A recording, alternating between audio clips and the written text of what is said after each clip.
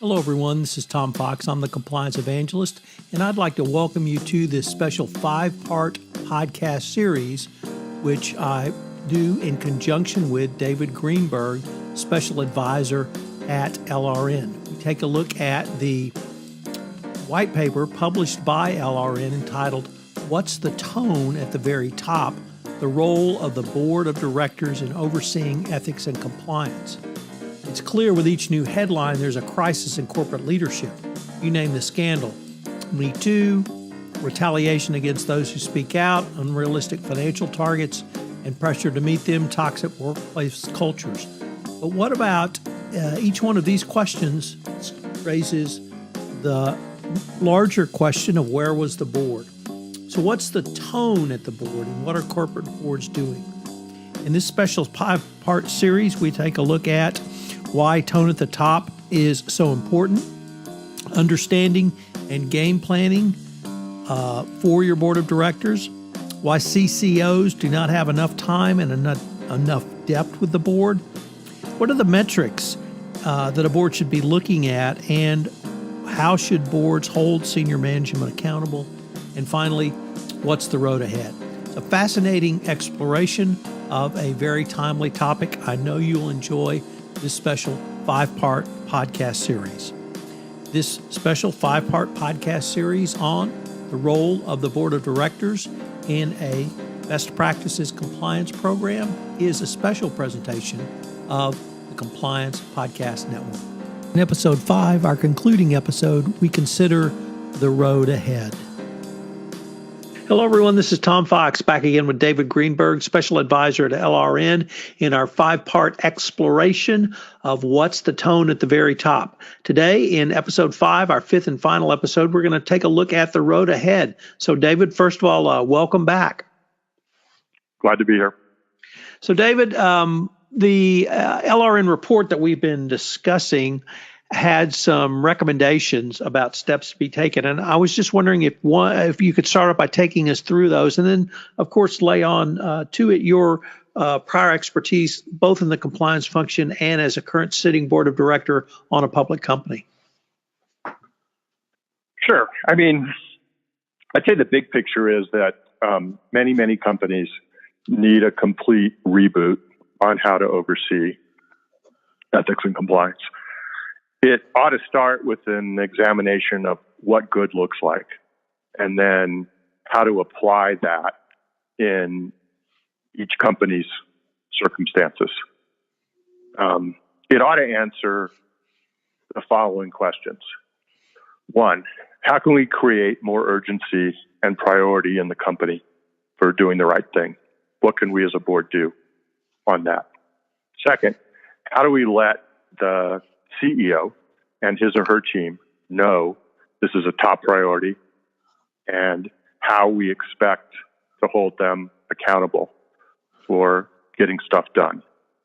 And as a side note, we also ought to ask something we often don't ask, which is, what might the compensation committee's role be in sending the right signals? Next, how should we as a board be trained and gather experience and expertise and perspective in our oversight responsibilities? Should we ask the chief ethics and compliance officer to help us? Should we seek some outside expertise? How do we get our mind and heads around how we ought to operate as a board in this area?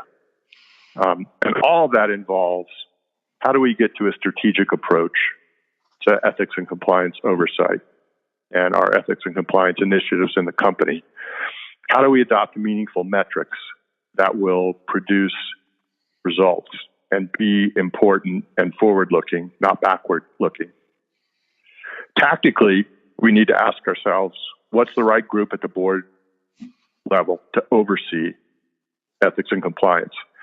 Is the traditional default to the audit committee always the right answer? Or is the audit committee so strapped that we need to think about another approach? How do we create a genuine relationship with the chief ethics and compliance officer and his or her team so that they have the right chops, the right support, and the right resources to get this bigger job done.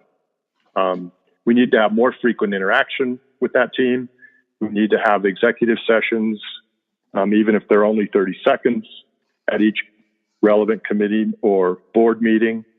We've got to think about how to elevate the stature of the chief compliance officer and the function so that it's respected in the company. We have to do a deeper dive on company culture and the underlying drivers that may produce misconduct. I think if we, can get our minds around those questions as a board and develop a point of view about how we execute against them or expect the company to execute against them, we will have made some real progress.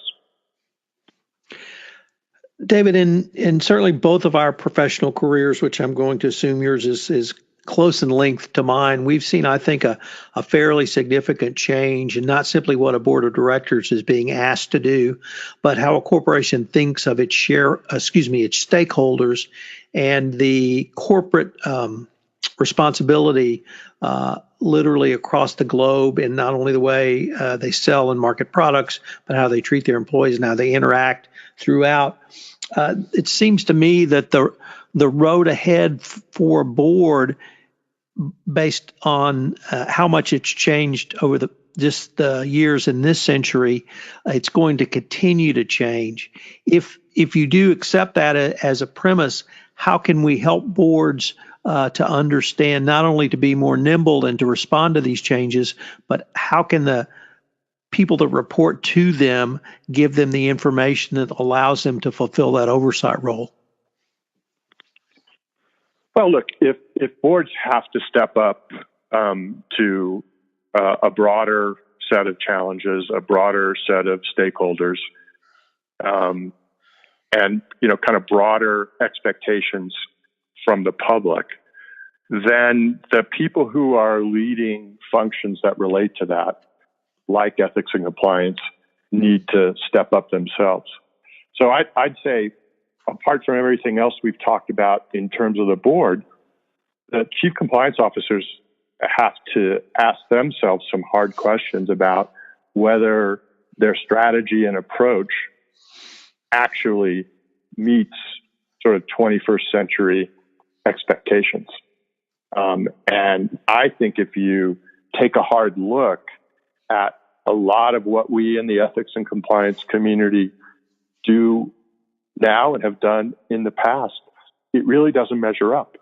We're not taking on sort of the broader issues of culture and behavior and how you influence it in the right direction, and how you help a company meet these growing expectations. It may not be things that you can do completely on your own as a function, but teamwork and collaboration in companies in the 21st century is obviously, something that's indispensable.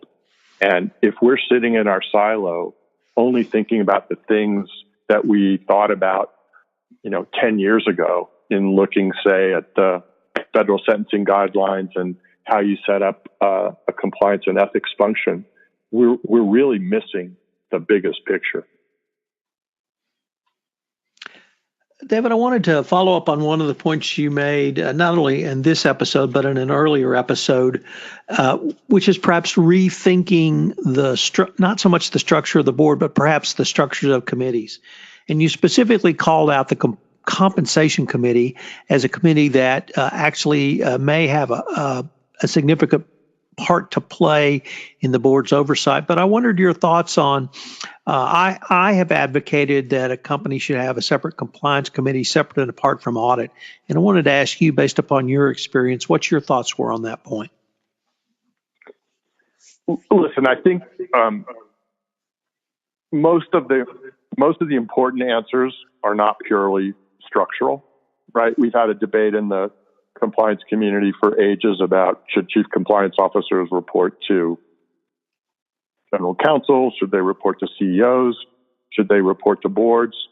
And my answer to that and my answer to the question about boards is, how do you help put the objectives of integrity, ethics, and compliance and doing the right thing into the center of the business?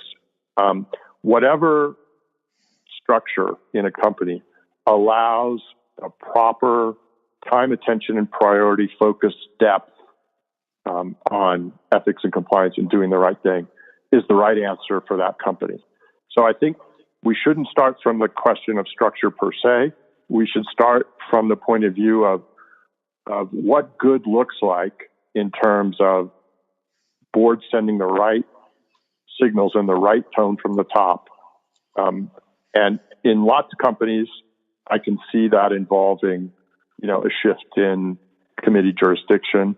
I can see it in almost all companies having an impact on the way the compensation committee does its work.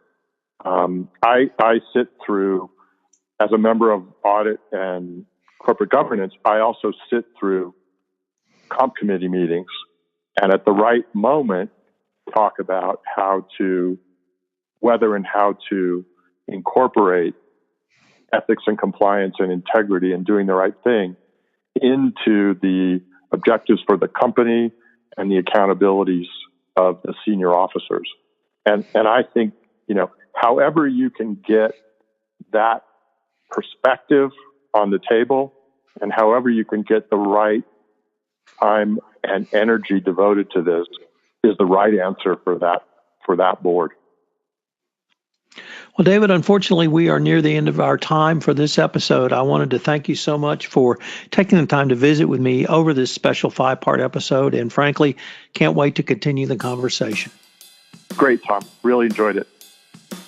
Hello, everyone. This is Tom Fox again. I'd like to thank you for listening to this episode of our special 5-part podcast series on What's the Tone at the Very Top, Boards and Compliance with David Greenberg, Special Advisor at LRN. We're going to link to this report in the show notes, so check it out. It's chock-packed with lots of great information. I hope you will join us again for another episode of this special 5-part podcast series.